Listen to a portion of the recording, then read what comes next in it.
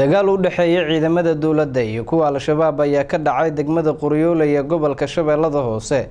iyadoona faahfaahin kala duwan ay ka soo baxayaan dagaalkaasi khasaaraha uu dhaliyay warkani waxa faahfaahinaya wariyaheena Yaasiin Carab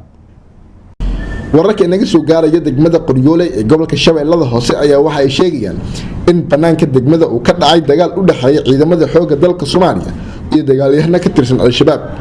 dagaalkan ayaa yimid kadib markii dagaalyahano ka tirsan al-shabaab ay weerareen fariisin ciidamada dawladda ay ku lahaayeen halkaas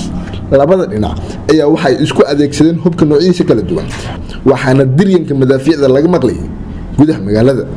maamulka degmada Qoryoole iyo saraakiisha ciidamada xoogga dalka oo la hadlay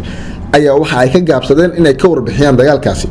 ilaa iyo hadda si rasmi ah looma oga khasaaraha ka dhashay dagaalkaasi balse saraakiisha ciidamada xoogga dalka ayaa sheegeen in ay gaareen guulo waaweyn oo ayna meelo fara badan ee al-shabaab ka qabsadeen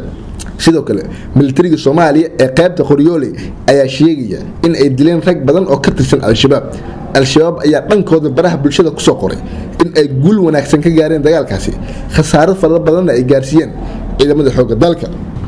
habeen hore ay ahayd markii ciidamada dawladda Soomaaliya ay halkaas ku dileen 3 dagaalamo iyo taliyihii la socday kadib weerar ay ku soo qaadeen fariisin ay ciidamada dawladda ku lahaayeen halkaas